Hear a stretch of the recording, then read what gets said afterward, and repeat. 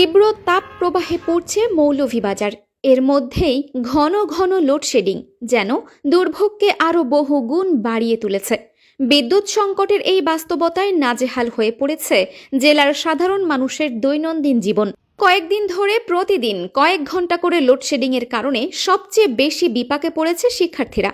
সন্ধ্যা নামলেই অন্ধকারে ডুবে যাচ্ছে বাসা বাড়ি, থমকে যাচ্ছে পড়াশোনার গতি। সামনে গুরুত্বপূর্ণ পরীক্ষা থাকলেও পর্যাপ্ত আলো না থাকায় অনেকেই প্রস্তুতি নিতে পারছে না ঠিকমতো। কারেন্ট চলে গেলে আমাদের অনেক অসুবিধা হয়, পড়াশোনাতে আমরা মনোযোগী হতে পারি না। সামনে আমাদের পরীক্ষা, এর জন্য আমরা প্রিপারেশন নিতে পারছি। এই বিদ্যুৎ না থাকার কারণে আমাদের সকালে পড়তে সমস্যা হয়, পানি পাওয়া যায় না।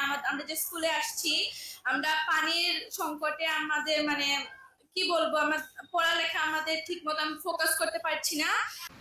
লোডশেডিংয়ের কারণে শিক্ষার্থীরা নিয়মিত পড়াশোনা করতে না পারায় সন্তানদের ভবিষ্যৎ নিয়ে চরম দুশ্চিন্তা ও উদ্বেগের মধ্যে দিন কাটাচ্ছেন অভিভাবকরাও। লোডশেডিং এর কারণে আমাদের বাচ্চাদের পড়াশোনা মারাত্মকভাবে ক্ষতিগ্রস্ত হচ্ছে। সামনে তাদের গুরুত্বপূর্ণ পরীক্ষা, এই মতো অবস্থায় তারা পড়াশোনায় বসতে পারতেছে না। তারা কি লিখবে, তারা কি পরীক্ষা দিবে, কিভাবে লিখবে, তাদেরকে নিয়ে আমরা অভিভাবকরা আশঙ্কায় আছি।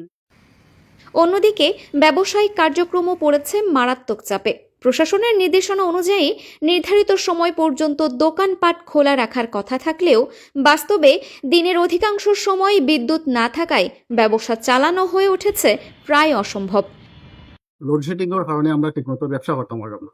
আর সরকারি যে সিদ্ধান্ত নেওয়া হয়েছে 7টা পর্যন্ত এই দোকান বন্ধ রাখা হবে, এর মধ্যে সারাদিন 2-1 ঘন্টা থাকেই লোডশেডিং, যার কারণে কাস্টমার হয় না, আমরাও ঠিকমতো ব্যবসা হয় না। আমরা আসলে লোডশেডিং এর লাগে যে প্রস্তুতিটা হয়েছে যে 7টা পর্যন্ত সরকারিভাবে দোকান 7টা পর্যন্ত খোলা থাকবো, তারপরে বন্ধ হইব, কিন্তু আলটিমেটলি 7টা পর্যন্ত দেওয়ার পরেও কিন্তু লোডশেডিং এর দোকান দুটা রয়ে গেছে। লোডশেডিং এর বিষয়টা বাসা বাড়ি সহ ব্যবসা প্রতিষ্ঠানও খুবই ক্ষতি দিতেছে আমাদের।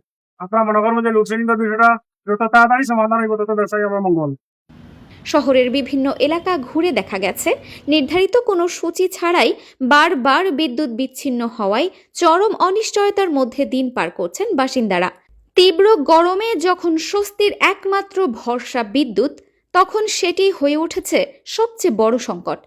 এদিকে জাতীয় পর্যায়ে বিদ্যুৎ উৎপাদন ঘাটতির কারণে চাহিদা অনুযায়ী বিদ্যুৎ না পাওয়ায় বাধ্য হয়েই দৈনিক কয়েক ঘন্টা লোডশেডিং করতে হচ্ছে বলে জানান মৌলভীবাজার বিদ্যুৎ উন্নয়ন বোর্ডের নির্বাহী প্রকৌশলী। মৌলভীবাজার শহরে কিছুটা যে পরিমাণ ডিমান্ড আমাদের আছে সেটা থেকে কিছুটা তো কম পাচ্ছি আমরা, যার জন্য হয়তো আমাদের লোডশেডিং করতে হয়েছে। নির্দিষ্ট লোডশেডিং সূচি প্রণয়ন, বিকল্প সরবরাহ ব্যবস্থার জোরদার এবং শিক্ষার্থীদের পড়াশোনার সময়কে অগ্রাধিকার দিয়ে বিদ্যুৎ ব্যবস্থাপনায় কার্যকর পদক্ষেপ নেওয়ার দাবি জানান স্থানীয়রা। আরএফএন ফারহা, মৌলভীবাজার টিভি।